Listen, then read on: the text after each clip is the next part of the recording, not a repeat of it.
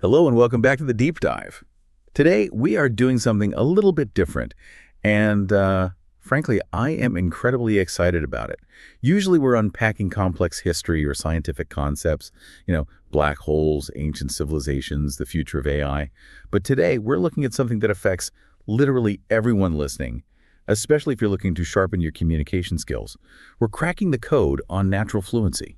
It is a fascinating topic, and when we say fluency, I think we need to be very, very specific about what we mean.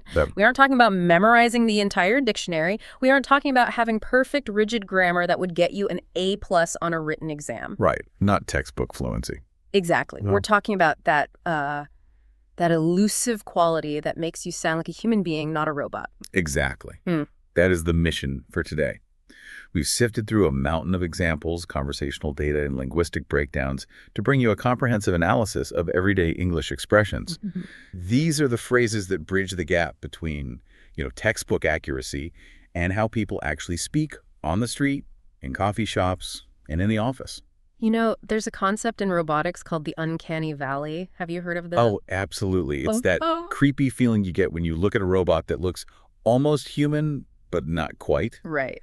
It has skin and eyes and a mouth, but there's something, dead behind the eyes. It's actually scarier than a robot that just looks like a machine. Right. And I think there is a linguistic uncanny valley, too. That is such a good way to put it. A linguistic uncanny valley. We see this profile all the time in the research. You have someone who has studied English for 10 years. They know the grammar rules better than I do. Seriously. They have a vocabulary that includes words like superfluous and juxtaposition. But when they open their mouth to speak or when they send a quick text, it feels off. It feels stiff. Okay. Cold or just off. Exactly. It feels simulated. Yeah. And that creates a disconnect. You're communicating information, but you aren't signaling humanity. You're missing the social lubrication. Social lubrication. I love that image. It's like the glue of conversation. Because without it, you just have bricks. And bricks without glue don't make a wall. They just make a pile of rocks. That is a great analogy. And the stakes are actually quite high here. It's not just about sounding cool or fitting in. No, not at all. These expressions do heavy lifting. They ensure smoothness, so your speech feels fluid rather than translated in your head. Right. They build connection by signaling friendliness and confidence. And honestly, they aid comprehension. Native speakers use these phrases constantly. If you don't recognize them, you will get lost, even if the grammar is simple. So the goal today is to give you, the listener, a toolkit of these low-stress connectors and social signals. And we're going to be very deliberate today. We want to take our time to articulate these phrases and really explain the logic, the psychology behind them. We want this to feel like a workshop on social intelligence as much as a language lesson. Right. And there is one rule we need to establish before we dive in. I call it the context rule. The context rule. You cannot learn these like a vocabulary list. You can't just make flashcards with the phrase on one side and the translation on the other. That just doesn't work. Because context is everything. It's the who, what, where, when. Precisely. You have to understand the social situation, the hierarchy, the emotion, the setting in which they're used, and that is what we are here to provide. Okay, let's unpack this. I want to start with what we're calling Section 1, the low-stress connectors. These are the casual basic. The building blocks. The building blocks, exactly. And I want to start with a phrase that I probably use 20 times a day without thinking about it, but I know it causes some confusion for learners and actually even for some older native speakers. The phrase is, no worries. No worries. It is a classic. And it's actually a perfect example of how language evolves based on culture. How so? Now, think about the textbook response to thank you. What were you taught in school? You are welcome. That is the gold standard. It's formal. It's correct. Exactly. You are welcome. And you are welcome is fine. It is correct. It is polite. But it can sound a bit formal. It can sound a bit transactional. Transactional. What do you mean by that? Well, think about the literal meaning. You are welcome to my help. It implies that I did something for you, and I'm formally acknowledging your gratitude. It acknowledges the debt. I gave, you received, you thanked, I accepted. It's a very clear, balanced equation. I see. It emphasizes the exchange. It puts a neat little box around the interaction. No worries does something completely different. It signals a relaxed attitude. It essentially says, the thing I did for you was so small, it didn't even register as work. You don't owe me anything. It erases the transaction. It feels lighter. If I bump into someone and say, oh, sorry, and they say no worries, I immediately feel like, okay, we're cool. There's no tension. It's like The slate is wiped clean instantly. That is the key. It means it is okay or don't worry about it. It's friendlier and less formal than saying it is not a problem. Why is that? Why is it better than it's not a problem? They sound similar. Well, it's not a problem still contains the word problem. Oh, true. You're subtly introducing the idea that it could have been a problem, but you've decided it isn't. No worries. Just sidesteps the whole concept. It suggests the interaction didn't cost you anything emotionally. It's a very high-utility phrase for de-escalating those small social bumps. But you mentioned earlier that this can be, is it controversial? It can be. There is a bit of a generational divide here, and I think this is so important for our listeners to understand so they can, read the room. Okay, break it down for us. Some sociolinguists have pointed out that for older generations, let's say boomers or even some Gen X, you're welcome, is the standard of politeness. It's what they were taught is the right thing to say. It shows respect. Yes. So when they say thank you and they hear no worries, they sometimes hear, I don't care. They feel like their thank you is being dismissed, like it wasn't valued. Wow. So they're trying to be polite, and the response feels like a shrug, like whatever. Exactly. But for millennials and Gen Z, you're welcome can actually sound rude. Rude. You're welcome is rude. It can feel arrogant, like, yes, I did you a favor. You are lucky I helped you. It reestablishes that hierarchy we talked about. Right, the I gave, you received model. Whereas no worries is the language of solidarity. It says, we are all in this together, don't apologize for taking up space. It's about leveling the playing field. That is fascinating. It's a shift from a language of hierarchy to a language of solidarity. So the takeaway for the listener is, if I'm talking to my boss who is 60 years old, maybe I stick with you're welcome or my pleasure. It might be safer, yes. My pleasure is a great option. But with peers, friends, or in casual settings, no worries is the absolute champion of low-stress connection. Okay, moving to another one that I think is a superpower in conversation. That makes sense. Oh, this is a powerful tool, and it addresses a huge fear that learners have. Which is? The fear of silence. Silence is terrifying. Someone is explaining something to you, maybe a complicated project at work or why they were late, and you're just listening. But if you are just silent, they start to panic. They think, does he understand me? Is he angry? Is he asleep? Their internal monologue is just going crazy. So you need to signal. You need to send up a little flare that says, I'm still here, I'm with you. You need to signal validation. If you just nod or say, okay, it's a bit ambiguous. Okay, could mean I heard the noise coming out of your mouth. Right. It's a receipt, not an agreement. But if you say, that makes sense, you are validating their logic. It's validation. That's the word. You're telling them, I am following you, your logic is sound, and I understand how you got from point A to point B. Exactly. It makes the speaker feel smart. It makes them feel understood. And here's the crucial nuance. It doesn't necessarily mean you agree with their conclusion. Oh, really? That's an important distinction. It's huge. You can say, okay, I understand why you did that. That makes sense. But I think we should have done it differently. You are validating the process of their thought, even if you disagree with the outcome. So it's a fantastic way to build rapport before you pivot to a disagreement. You're saying, I respect your thinking before you challenge it. Precisely. And a shorter, quicker version of that. I see. I see.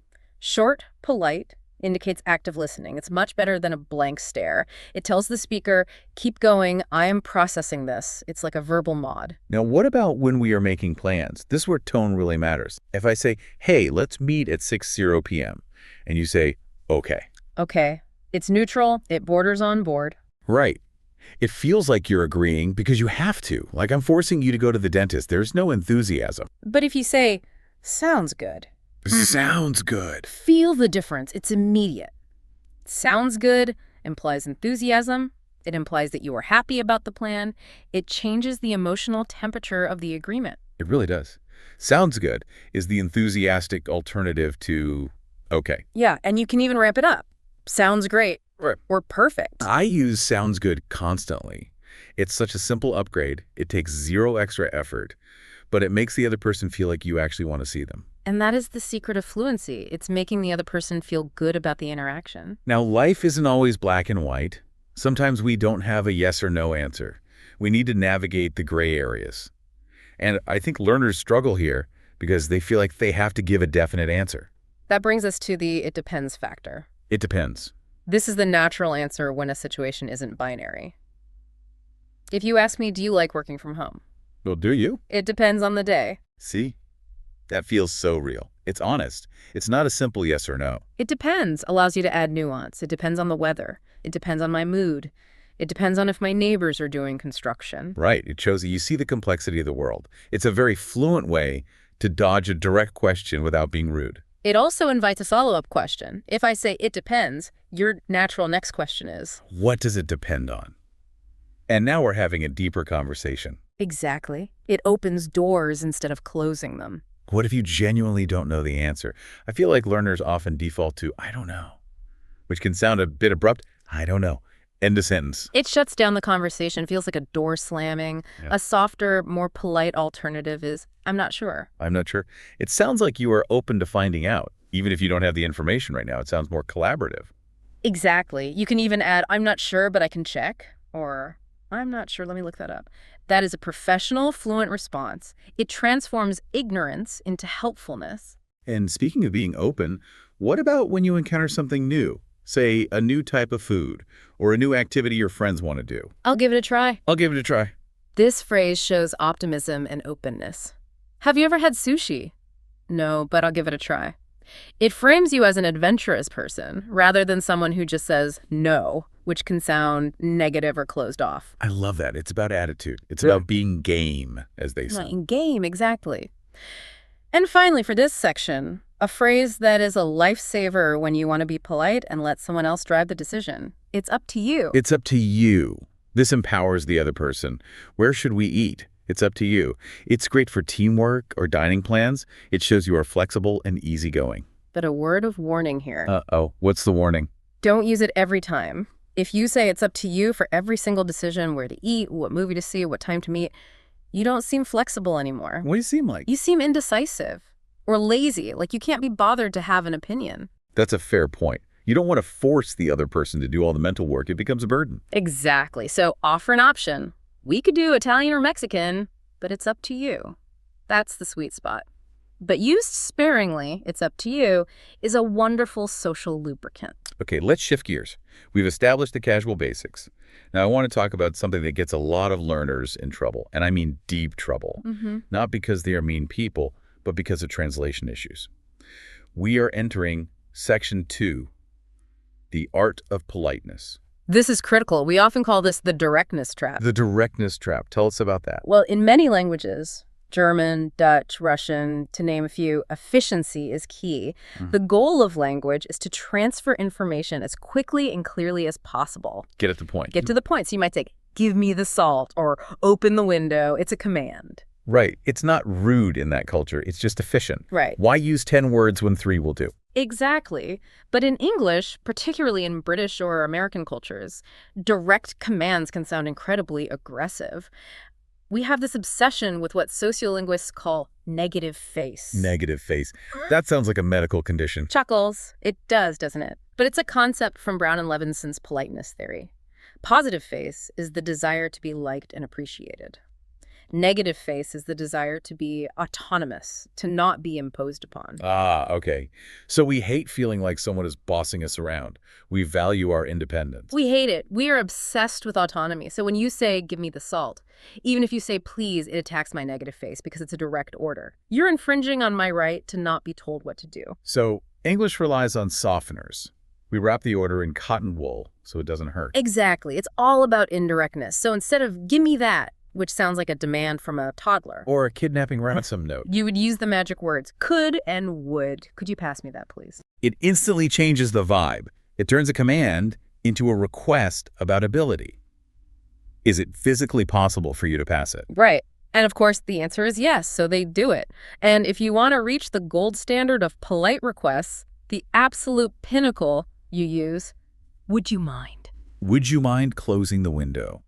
Would you mind checking this email? Note the structure there. This tricks people up. Would you mind is usually followed by the ing form of the verb. Closing, checking, not would you mind to close. And what does would you mind actually mean, literally? Literally, it means, would it cause you annoyance if you did this? So if I say no, I'm actually saying, no, it wouldn't annoy me, I'll do it, which is a yes to the request. Yes, that confuses people too.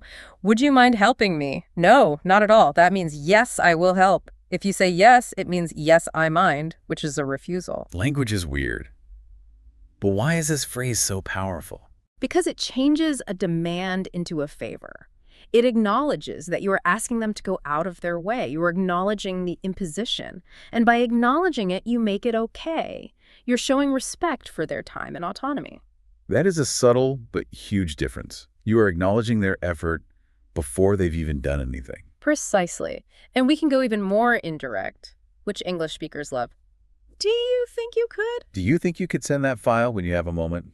Again, it sounds like you are asking about their ability or their schedule rather than just ordering them to do it. It lowers the pressure. It makes it a suggestion. And one of my absolute favorites, because it sounds so gentle, almost hesitant. I was wondering if you could help me. This is one of the most natural, polite phrases in the English language. Well, wait, I was wondering. That's past tense. Why are we talking about the past? The request is for right now. That is the past tense for distance. It's a brilliant linguistic trick. By putting it in the past, you create a sort of psychological distance. You aren't asking right now, in my face. You were just wondering back then. It removes almost all pressure from the other person. It's like you're not even asking anymore, just sharing a thought you once had. It makes it very easy for them to say yes, but also very safe for them to say no. It's the ultimate negative face protector. That is fascinating. It's like verbal padding. It is social buffering. And speaking of buffering, we need to talk about respecting time. We live in a busy world. If you need something from someone, but it's not an emergency, how do you signal that? This is so important, especially at work. You don't want to seem like you think your tasks are the only important one. Exactly. So you use the phrase, when you have a chance. When you have a chance. It signals patience. It tells the listener, I am not rushing you. I respect your schedule. I know you are important and busy. Could you look at this report when you have a chance? It's the difference between being a demanding boss and a considerate colleague. It will fundamentally change your workplace relationships. And another one for suggesting plans. If it's okay with you. If it's okay with you, I'd like to leave a bit early today. Or, if it's okay with you, let's choose the Italian place for dinner. It shows respect for the other person's authority or comfort. It's very collaborative. It says, I have a preference, but your comfort is more important. Now, here's the hard part. Nobody likes giving bad news or refusing a request, but we have to do it. How do we do it without sounding harsh or uncaring? We use the phrase, I'm afraid. Now, to be clear, this has nothing to do with being scared. I'm not shaking in my boots. I'm not watching a horror movie. Not at all. I'm afraid is the social buffer used to politely reject something or give negative info. I'm afraid we're closed. I'm afraid I can't come to the party. I'm afraid that's not possible. Why do we use it? What's the psychology there? It softens the blow. It implies regret. It says, I wish the news were different. I would like to say yes, but I can't. External circumstances prevent me. It takes the personal responsibility out of the refusal. It's so much better than just, no, we're closed. That sounds like you're slamming the door in my face. I'm afraid we're closed.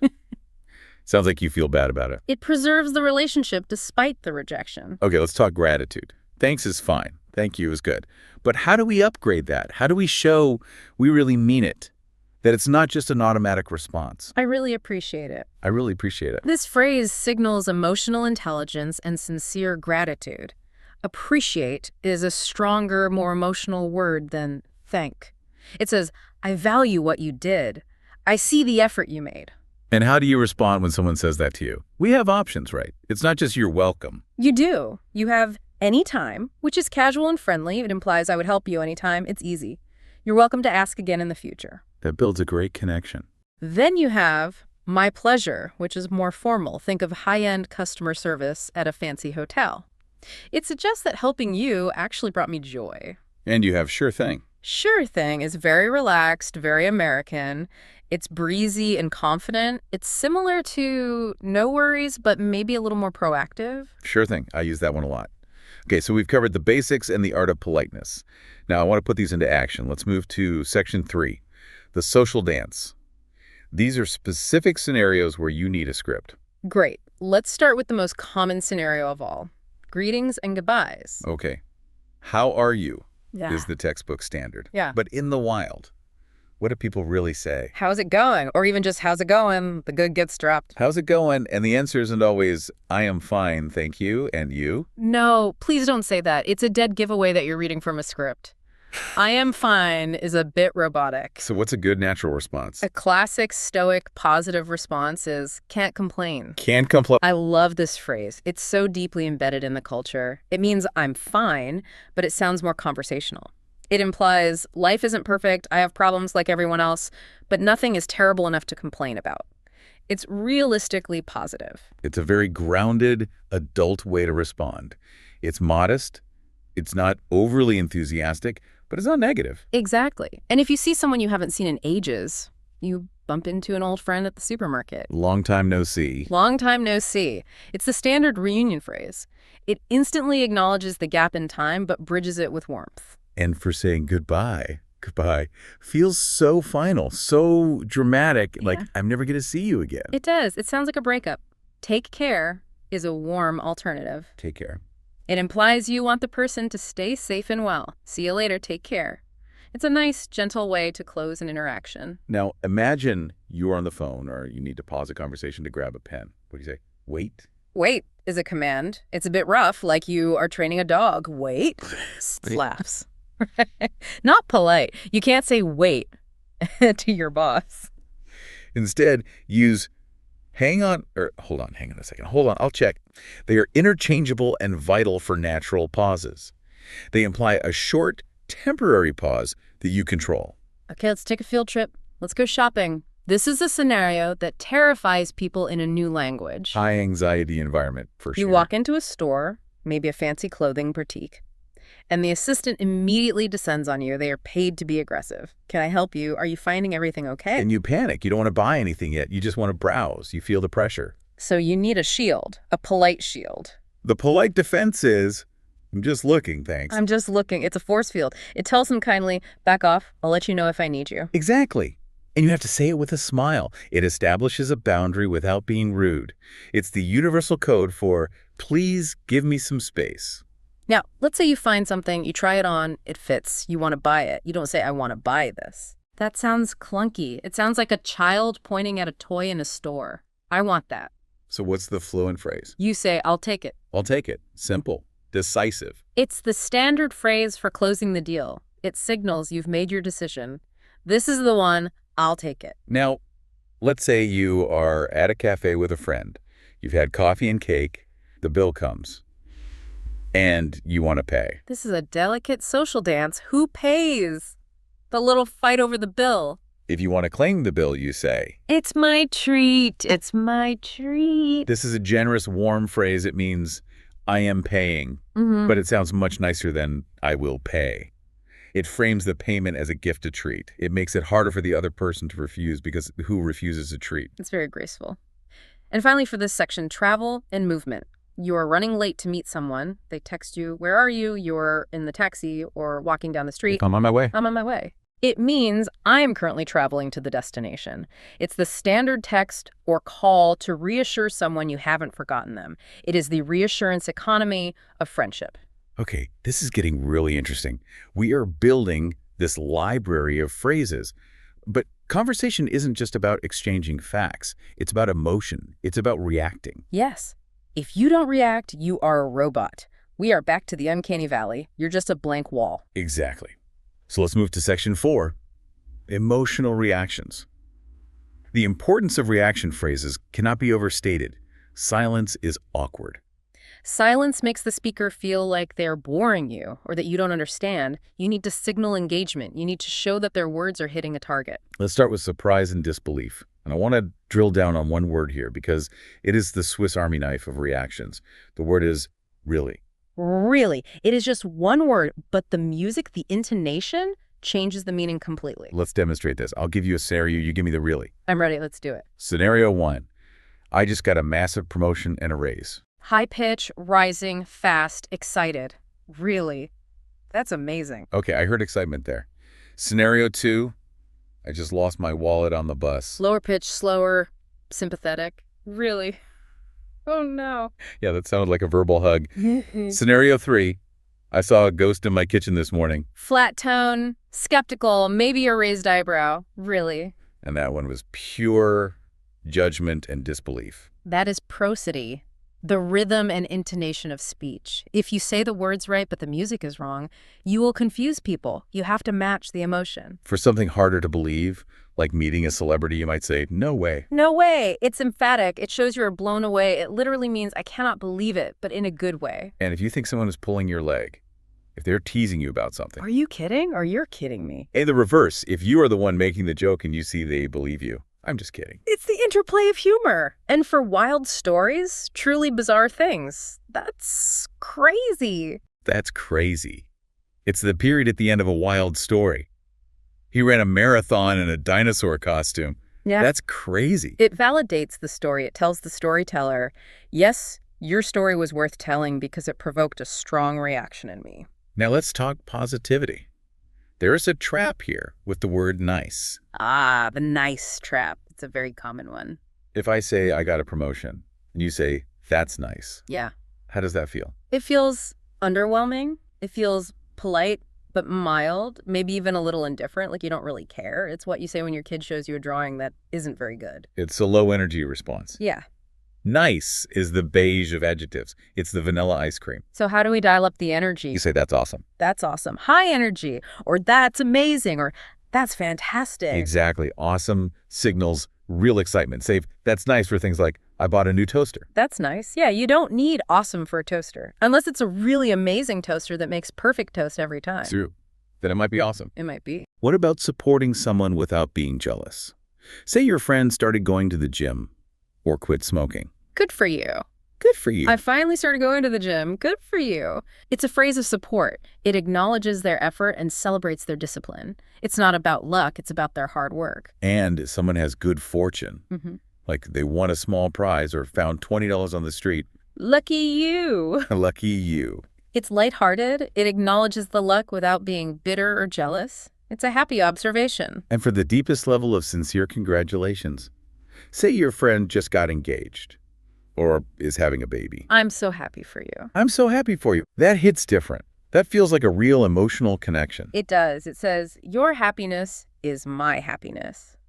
It is the ultimate empathy phrase for positive news. Now, on the flip side, empathy and sympathy for bad news. This is so important. I'm sorry to hear that. I'm sorry to hear that. This is the standard response to bad news sickness, a bad day at work, a breakup. I'm sorry to hear that. It shows empathy without being overly dramatic. You aren't sobbing, but you are acknowledging their pain. And for minor disappointments, like missing a bus, or the cafe is out of your favorite croissants. That's too bad. Or that's a shame. That's too bad. It acknowledges the annoyance, but keeps it in perspective. It's not a tragedy. It's just too bad. Now, here is a category I love, shared experience. How do we bond over things? How do we build that tribal connection of us against the world? I know, right? I know, right? This is the ultimate agreement phrase. It's so common now. It is so hot today. I know, right? This meeting is taking forever. I know, right? It's more than just, I agree. It's like, I feel the exact same way with the exact same intensity. It creates an instant us. It's validation times 10. And then there's this idiom that confuses people all the time. Tell me about it. Yes. Tell me about it. If I say my commute is terrible and you say, tell me about it, you are not asking me to describe my commute in detail. Right. If I start describing the bus route and the traffic, you'll look at me like I'm crazy. Exactly. Tell me about it is ironic. It means you don't need to tell me because I already know. I experience it too. It means I'm experiencing the same annoyance or struggle. I agree completely. It is a phrase of solidarity. We're in the same boat. I love that. It's like a secret handshake for shared suffering. Okay, we are in the home stretch here. We have the reactions down. Now, let's talk about keeping the momentum going. Section 5, keeping the conversation flowing. The fear of silence is real. Learners often panic when the conversation pauses. They think the interaction is dying and it's their fault. So we need CPR for conversation. Encouragement phrases. That's interesting. That's interesting. It's a prompt. It tells the speaker, I'm intrigued, please continue. Even if you aren't perfectly interested. It's a polite way to keep them talking. And to bridge their story to your story. That reminds me. That reminds me. It's the perfect segue. Talk about travel. That reminds me of my trip to Spain last year. It links the topics, so you don't sound like you're just changing the subject randomly. It creates a smooth transition. And if you do need to pivot to a completely new topic, something unrelated. By the way, Did you see the game last night? It's the signal that we are changing lanes. It prepares the listener's brain for a new topic. Okay, we're done with that. Now we're on to this. Now, active agreement, we talked about, that makes sense. But what about strong one-word confidence boosters you can use while someone is talking? Absolutely. Exactly. Totally. These are great to interject while someone is speaking. It keeps the energy up. It's better than just nodding silently. It shows you're not just hearing, you're agreeing. Absolutely. Exactly. And in a professional setting, if someone makes a good argument in a meeting. That's a good point. It's a great way of validating an argument. Even if you are about to disagree, you can start with, that's a good point. Which brings us to polite disagreement. Because we can't always agree, and frankly, it's boring if we always agree. But how do we disagree without starting a fight? We call this the sandwich method. Validate, disagree, then maybe explain.